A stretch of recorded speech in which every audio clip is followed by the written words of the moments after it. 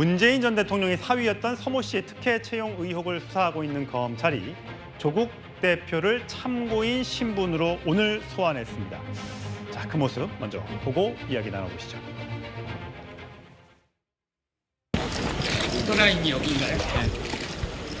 저의 생각으로는 최근에 윤석열, 김건희 두 분에 대한 각종 비리 혐의가 터져 나오고 국민의 공분이 일어나니까 이걸 또 덮기 위해서 먼지털이 수사가 진행되고 있다고 생각하고 있습니다. 참고조사 앞에 제가 이제 이 수사에 대한 기본적인 의구심이 있다는 걸 밝히고 이상직 중진공 이사장 저는 알질 못합니다. 그리고 문 대통령님 전 사위분도 제가 알질 못합니다. 그 점을 밝혔고 그 점 외에 대해서는 저의 말이 어떻게 악용될지 모르기 때문에 제가 진술을 거부했습니다. 예, 이상직 전 의원도 모른다, 문재인 전 대통령의 사위도 모른다라는 거 외에는 다른 말을 하지 않았다고 해서 3시간 20분 만에 검찰 조사가 끝났습니다. 오늘 참고인 신분이었고요. 그런데 강성필 부위원장, 오늘 손에 들고 있는 커피가 물음표가 거꾸로 새겨진 커피였습니다. 이것도 의미가 있다면서요? 그러니까 왜 무엇 때문에 나를 불렀느냐, 나는 아무 상관없다, 뭐 좀 그런 식의 메시지를 던지고 싶었다고 합니다. 예. 그런데 이제 그건 저는 좀 아닌 것 같아요. 왜냐하면 어쨌든 민정수석의 역할이라는 게 대통령의 가족과 친인척, 그러니까 문재인 대통령의 딸이기 때문에 당연히 민정수석으로서 그 어떤 현황이나 상황에 대해서 파악을 하고 있어야 된다고 저는 생각하기 때문에 뭐 왜 불렀냐는 것은 좀 맞지 않는 것 같아요. 하지만 그 조국 그 대표 같은 경우는 사실 가족과 관련된 수사에 되게 예민한 사람 아니겠습니까? 근데 민주당에서 친문계 의원들의 어떤 말을 들어보면 당시에 문재인 전 대통령의 전 사위의 어머니에 대한 수사가 되게 스토킹 수준이었다고 해요. 그러니까 뭐 사전에 조율도 없이 무조건 방문하고 뭐 하루에 2차례에서 4차례씩 막 전화하고 문자 보내고 이러한 행동들이 너무 인권을 보호하지 않았느냐라는 어떤 지적도 있긴 하지만 어쨌든 국민적인 의혹이 있으면 저는 검찰이 조사하고 또 밝혀질 거라고 생각합니다. 예, 정 변호사님, 어저께 검찰이 전주지검이 문재인 전 대통령의 딸인 문다혜 씨의 자택을 압수수색한 걸로 지금 확인이 됐죠. 네네. 어떤 것들을 가져갔는지 모르겠습니다만 일단 검찰에서는 특별히 이제 소득이 없었던 문다혜 씨가 어떤 그 주택을 구입하고 이런 과정에서 돈이 어디서 생겼으며 그 돈을 이제 부모가 지원을 해줬는지 또는 다른 루트를 통해서 돈이 들고 왔는지 뭐 이런 부분들을 보기 위해서 들어갔다는 것 같아요. 네네. 근데 정확한 내용을 좀 설명을 해주셔야 될 것 같아요. 그런데 이 압수수색이 그 문다혜 씨가 처음이 아니에요. 작년 11월에 전주지검에서 이미 중기부, 그다음에 중진공, 인사혁신처 이런 데 다 압수수색했었고요. 그다음 올 1월 달에 그 문다혜 씨의 전 남편이죠. 서창호 씨 관련해가지고도 압수수색했었고요. 그리고 난 다음에 이제 어제 압수수색을 갖다 한 건데 어떤 일이 있었냐면 2018년 3월에 그 문다혜 씨의 전 남편이 그 잘 다니던 회사를 퇴직을 갖다가 해요. 근데 그때 똑같은 2018년 3월에 이상직 전 의원이 그 중진공 이사장으로 임명이 됩니다. 예. 그리고 난 다음에 4개월 뒤에 그 문다혜 씨의 그 남편이 그 태국으로 넘어가가지고 거기 타이스타젯의 전무가 된단 말이에요. 예. 그런데 그 문다혜 씨 남편이 전무가 되기에는 젊은 데다가 항공 관련돼서 아무런 경험도 없고 그다음에 그 당시 거기 타이스타젯에 있었던 직원들 이야기 들어보면 영어도 제대로 못하는 사람이었다는 이야기죠. 그런데 이상직 씨가 이 사람에 대해서는 월급 800만 원, 그다음에 집 렌트비로 350만 원, 그밖에 애들 학비 같은 거 다 지원해라. 이렇게 꼭 찍어가지고 그거 했다는 거 아니겠습니까? 그러니까 이거는 누가 봐도 이상한 거 아니냐 그런 생각이 들 수밖에 없고요.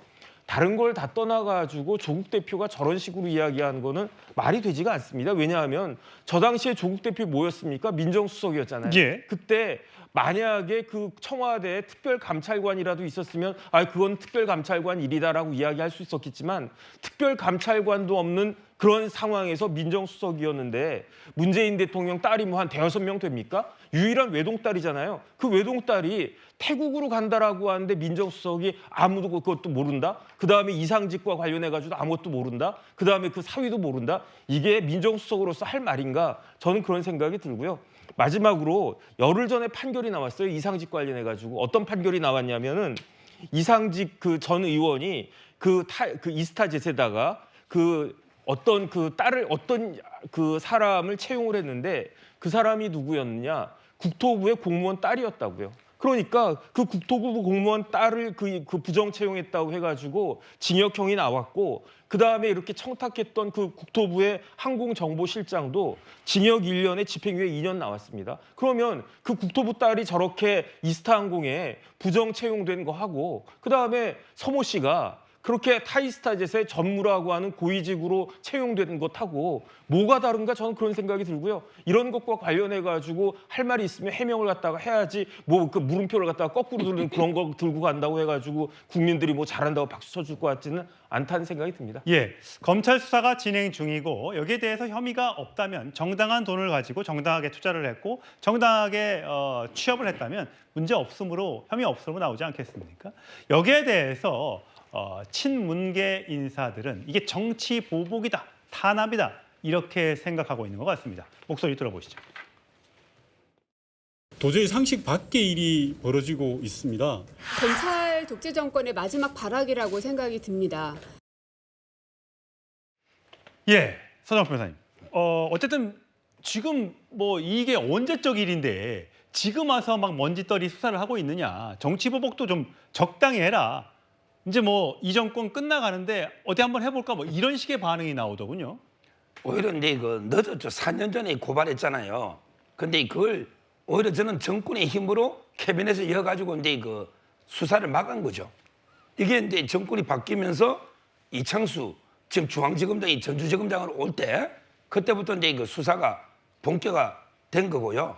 이거는 뭐 증거가 너무나 많은 게 판례도 많아요.